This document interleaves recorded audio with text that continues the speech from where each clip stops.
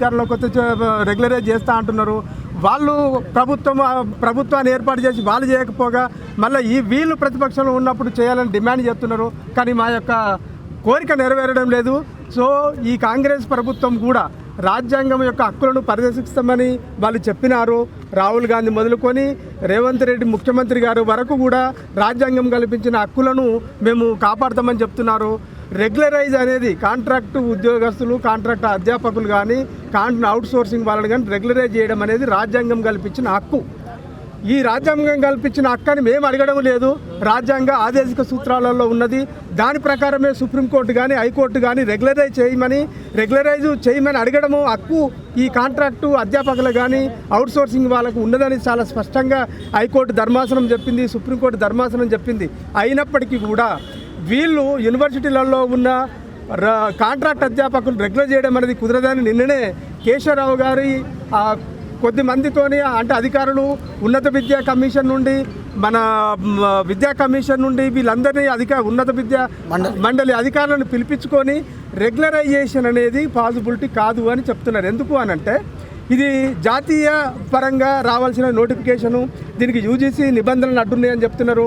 UGC నిబంధనలను అడ్డు లేవు, నిలువు లేవు. ఎందుకు అనంటే ఒక కాంట్రాక్ట్ సిస్టమ్ అనేది ఒక తెలంగాణ రాష్ట్రంలోనూ లేదు, భారతదేశంలోని అన్ని రాష్ట్రాలలోని అన్ని విశ్వవిద్యాలయాల్లో ఉన్నది. ఆయా రాష్ట్రాలు ఆయా విశ్వవిద్యాలయాలు ఏ విధంగా పరిష్కరించుకున్నాయో, కాంట్రాక్ట్ వాళ్ళను రెగ్యులర్ చేసిండ్రో ఆ పద్ధతులను అన్నీ కూడా మేము ఎక్కడెక్కడ చేసినాయి, ఏ రకంగా చేసినా వాటన్నిటి డాక్యుమెంటేషన్ కూడా మేము ఇవ్వడం జరిగింది. వాటన్నిటిని స్టడీ చేసి కూడా వాళ్ళు ఈరోజు ఇది సాధ్యం కాదేమో, ఇంకా వేరే పద్ధతులు వీళ్ళకి ఏమన్నా మనం బెనిఫిట్ చేస్తామేమో అని చెప్పి మాతో చర్చలకు పిలిచి మాట్లాడమని చెప్పినట్టుగా మాకు విశ్వసనీయ వర్గాల ద్వారా తెలుస్తున్నది. మేము అనేది ఏంటంటే మా డిమాండ్ అనేది మమ్మల్ని వేరే వాళ్ళని చేసినట్టు డిగ్రీ కాలేజీలను, పాలిటెక్నిక్ కాలేజీలను, జూనియర్ కాలేజీలు చేసినప్పుడు రాని అడ్డంకులు మమ్మల్ని చేస్తే అడ్డంకులు రావు. యూజీసీ నిబంధనలు ఎక్కడ అడ్డు రావు. సుప్రీంకోర్టు అనేది చాలా పెద్ద కాన్స్టిట్యూషనల్ బెంచ్ ఇచ్చినట్టు ఉమాదేవి వర్సెస్ కర్ణాటక కేసు కానీ, మొన్న డిసెంబర్ 2024లో ఇచ్చినటువంటి జాగో వర్సెస్ యూనియన్ ఆఫ్ ఇండియా కేసులో కానీ, కాంట్రాక్ట్ పద్ధతిలో కానీ, అవుట్సోర్సింగ్ పద్ధతిలో కానీ ఏ పద్ధతిలో పదాలు ఏది వాడినప్పటికీ కూడా వీళ్ళందరినీ రెగ్యులర్ చేయాల్సిందే అని చాలా సీరియస్మైన కామెంట్స్ చేయడం జరిగింది.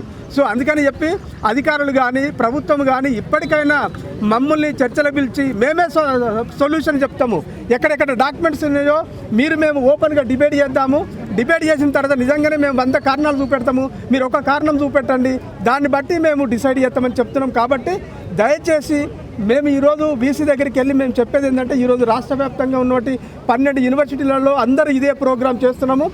ఆయా యూనివర్సిటీల వీసీల దగ్గరికి వెళ్ళి, అయ్యా మీరు ఏదైతే 21 జీవో తీసుకొచ్చినారో మమ్మల్ని కాదని రెగ్యులర్ రిక్రూట్మెంట్ చేయాలని దాని యొక్క విధి విధానాలు తీసుకొని వచ్చినారో, మీరు దయచేసి మమ్మల్ని రెగ్యులర్ చేయకుండా మా సమస్యను పరిష్కరించకుండా మీరు రిక్రూట్మెంట్ చేయండి, వీల్లేదని చెప్పడానికే మేము ఈరోజు వీసీ దగ్గరికి వెళ్తున్నారు.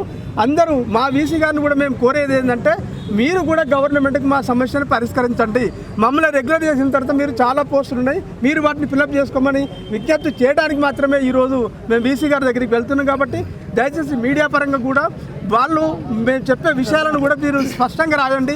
వాళ్ళు మీడియా పరంగా చెప్తున్నారు. ఈరోజు ఈనాడు పేపర్లు వచ్చింది, ఎక్కడ కూడా రెగ్యులరైజ్కు యూజీసీ కానీ సుప్రీంకోర్టు గైడ్లైన్స్ కానీ ఎక్కడ అడ్డు రావనే విషయాన్ని మీరు కూడా స్పష్టంగా రాయాలని మేము విజ్ఞప్తి చేస్తున్నాం.